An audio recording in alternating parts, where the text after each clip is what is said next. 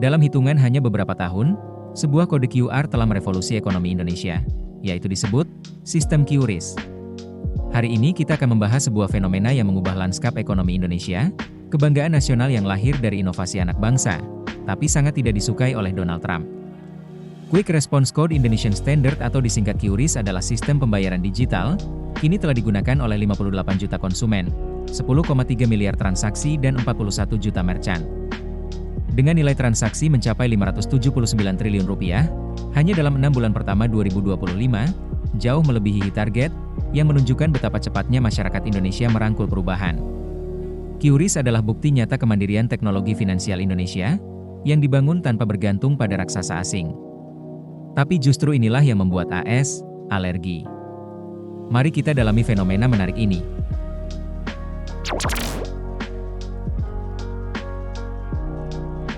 Di tahun 2019, dunia pembayaran digital kita kacau balau. Setiap dompet digital punya kode QR-nya sendiri, membingungkan pedagang dan pembeli. Bank Indonesia kemudian meluncurkan QRIS, satu standar nasional untuk semua. Tujuannya jelas, inklusi.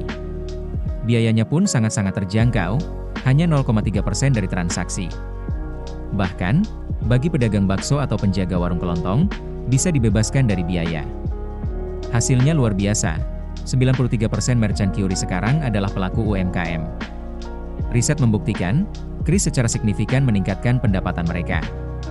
Sistem ini tidak hanya memudahkan transaksi, tetapi membawa usaha mikro ke dalam ekonomi formal, menguatkan denyut nadi perekonomian dari akar rumput.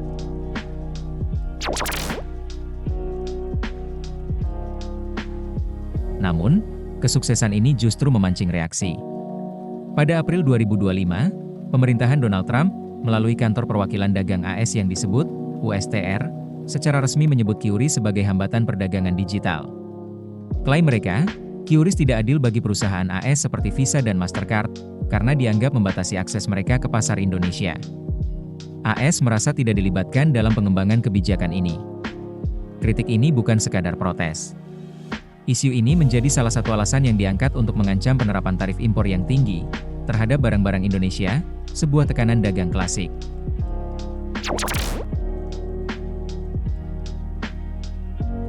Lalu, apa sebenarnya yang merugikan AS? Pertama, perusahaan global AS seperti Visa atau Mastercard akan kehilangan pendapatan interchange fee yang sangat besar. Seperti kita ketahui, setiap transaksi dengan kartu kredit, mereka memotong biaya merchant 2 hingga 3%. Tapi dengan QRIS, biayanya jauh lebih murah, antara 0 sampai 0,3%, sangat terjangkau bahkan bagi pedagang kecil. Maka, jika nilai transaksi mencapai ratusan triliun rupiah, berarti miliaran dolar potensi pendapatan AS akan menguap. Kedua, mereka juga akan kehilangan kendali atas data. Data transaksi adalah aset berharga di era digital. Dengan QRIS, data keuangan ratusan juta transaksi tetap berada di dalam negeri, memberikan Indonesia kedaulatan data yang sebelumnya sulit didapat. Ketiga, ini merupakan ancaman terhadap hegemoni dolar AS. QRIS lintas negara memungkinkan transaksi langsung antar mata uang lokal, mengurangi peran dolar AS sebagai mata uang perantara.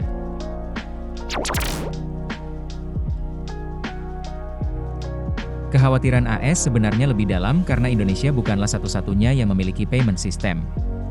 India punya UPI, Brasil punya Pix, dan Thailand punya PromptPay.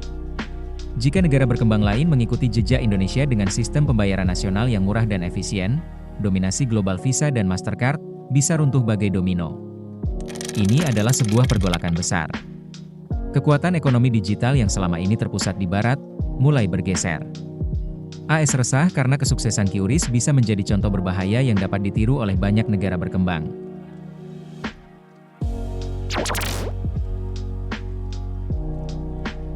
Menanggapi tekanan, Indonesia justru tidak mundur, tetapi melangkah lebih jauh dengan membangun aliansi.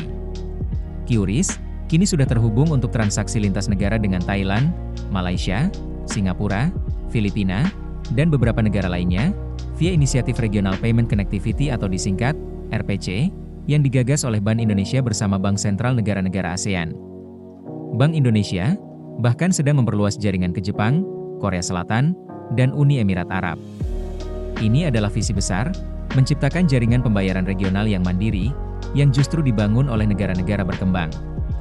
Artinya, ketika Anda berlibur ke Thailand, Malaysia, Singapura, atau Jepang, Anda tidak perlu lagi menukarkan uang tunai atau menggunakan kartu kredit yang mahal. Cukup buka aplikasi pembayaran yang terhubung QRIS di ponsel Anda, scan kode QR di toko setempat, dan transaksi selesai. Begitu juga sebaliknya, turis dari negara-negara tersebut bisa berbelanja di Indonesia dengan aplikasi pembayaran mereka sendiri. Kolaborasi ini tidak hanya bertujuan untuk kenyamanan wisatawan dan pelaku bisnis, tetapi juga untuk mempromosikan penyelesaian transaksi mata uang lokal atau local currency settlement. Artinya, transaksi antar negara ini diselesaikan langsung menggunakan rupiah dan mata uang baht, misalnya, tanpa perlu dikonversi dulu ke dolar AS. Ini mengurangi biaya konversi, mempercepat transaksi, dan mengurangi ketergantungan pada dolar AS.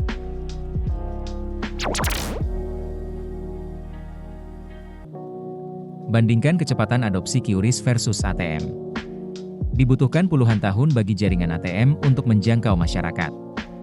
QRIS, hanya dalam 5 tahun, sistem ini telah menyentuh setiap sudut negeri, dengan nilai transaksi yang hampir 3 kali lipat setiap tahunnya.